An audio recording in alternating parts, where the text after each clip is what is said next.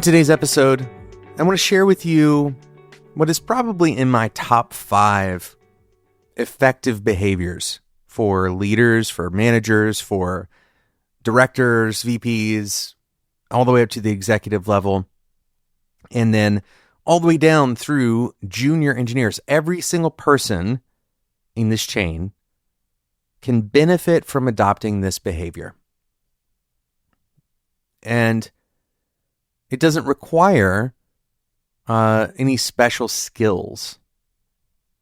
The thing that makes it hard is that it requires some thoughtful communication.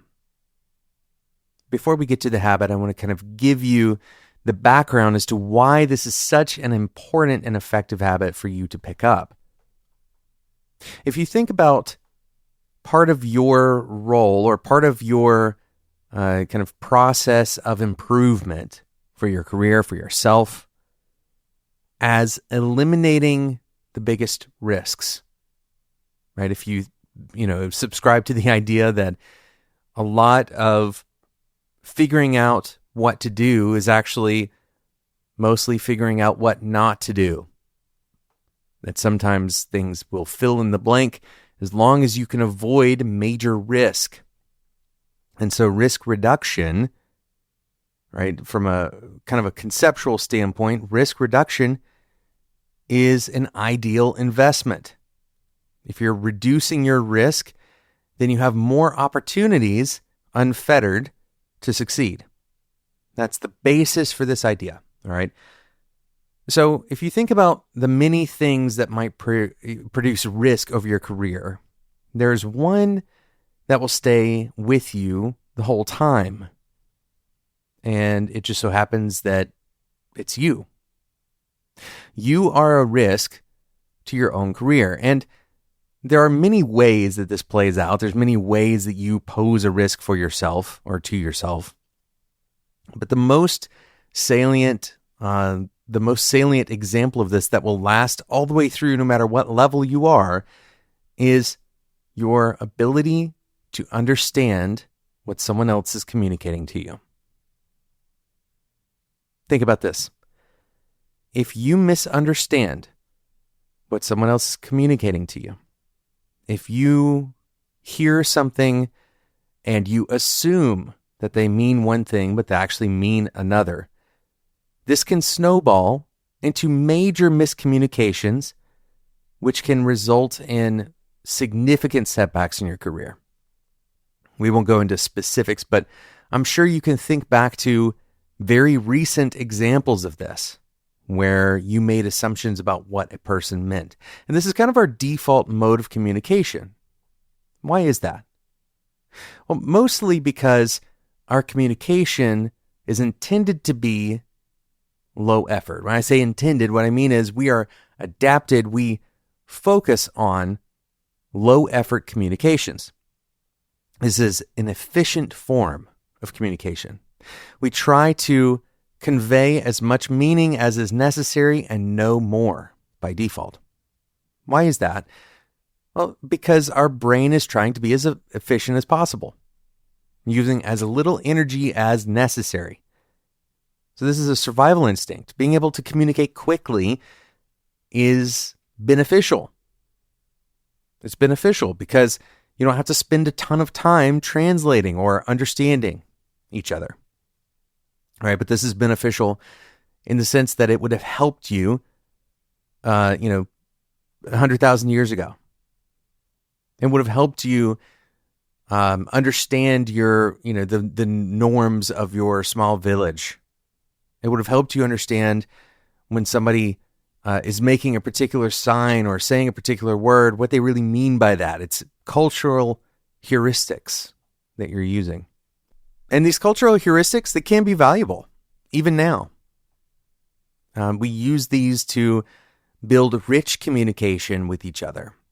It helps us feel comfortable when we're around our friends and we can share inside jokes.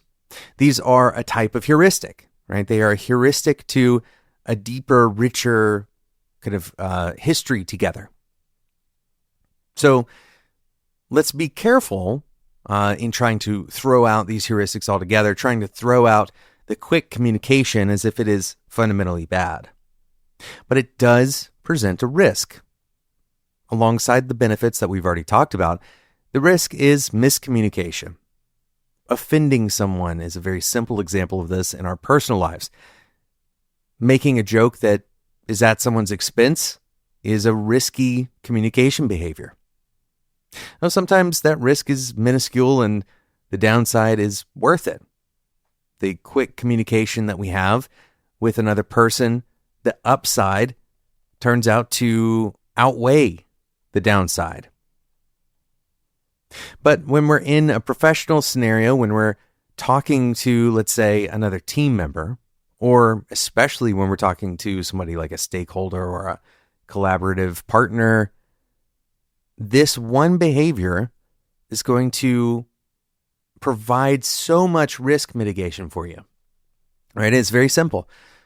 All you're going to do is restate what the person is telling you back in your own words.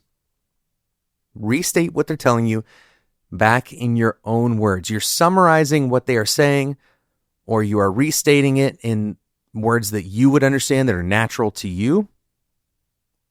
And they get a chance to correct you.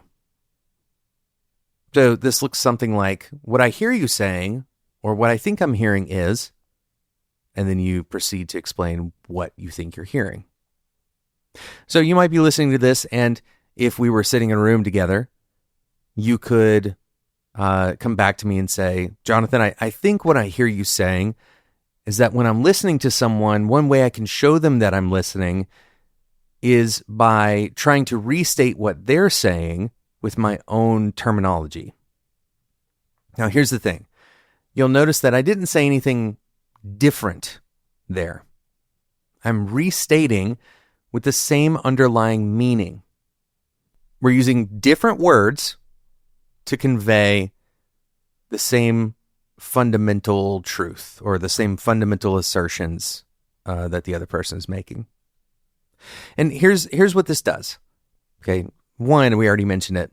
You are showing them that you're listening intently. Okay, giving somebody else your time. This is a hugely influential decision.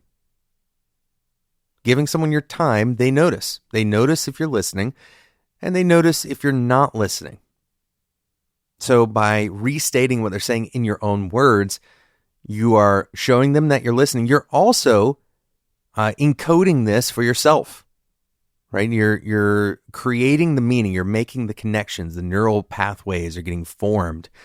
When you have to draw out the meaning and summarize something for yourself, rather than just parroting back exactly the words that they're saying back to them, if you are summarizing, if you're synthesizing it, right? Especially if you can then go on to talk about it in context to something else that you're talking about, then you're creating the connections. Now, perhaps the most important thing that you're doing here, okay, all of that is risk reduction, by the way. What we just talked about, it's all risk reduction. But the biggest risk reduction that we can accomplish with this is giving the other person the opportunity to correct us. Making sure that they respond with something like, that's right. That's correct. Yep, you've got it. And here's what that does, okay? One, of course, you have the very likely potential that at some point somebody said, no, that's not quite right. You are going to be wrong about what you're hearing. And this is the part that most people miss, that we assume we understand just because we know the meaning of the words that the person is saying, that we have some context for what they're saying. But when we restate it back to them, we have a chance to refine our understanding. This is a huge opportunity, right? And we must pay attention to this. It's a huge opportunity to refine our understanding, to check it against what the other person is actually intending to say, right? So this very basic mirroring technique, it's not traditional mirroring in that you are, trying to emulate what the other person is saying. You're just mirroring back what they're saying to them. They get a chance to critique you. They get a chance to to correct you, to say, no, you don't quite have it. I'm going to add another layer for you to understand. So you walk away with better understanding. The final thing that it does is this person feels the sense of reception. All right. In other words, they have asserted that you are correct. They have asserted that you understand what they're saying. Now, psychologically speaking, when you look at someone and you say, yep, you're right, that builds credibility, right? That builds your credibility. If you're the person that they are saying, yep, you're right to, then they have this opportunity to confront that you have indeed understood them. And now you are more credible because you've taken the time to fully parse what they're saying. Now compare what this feels like. Imagine that you were trying to explain something to somebody and they didn't engage with you at all. They said, yeah, that makes sense. And that's where they leave it. Now, it's very possible that whatever landed in their head is pretty close to right. If they were to restate it back to you, you might say, yeah, that's pretty much it. But the truth is, the signal of reception, right, the acknowledgement that you provide, that there's a feeling that my message has been received, that my meaning has been received. Someone truly understands me. This is a bridge building technique with other people. And it's not a fake bridge. It's not you blowing smoke. It is actually a genuine connection because you're taking the time to refine your ability to hear what they're saying. So I want you to try this. It's a very cheap and high leverage behavior to add to your repertoire.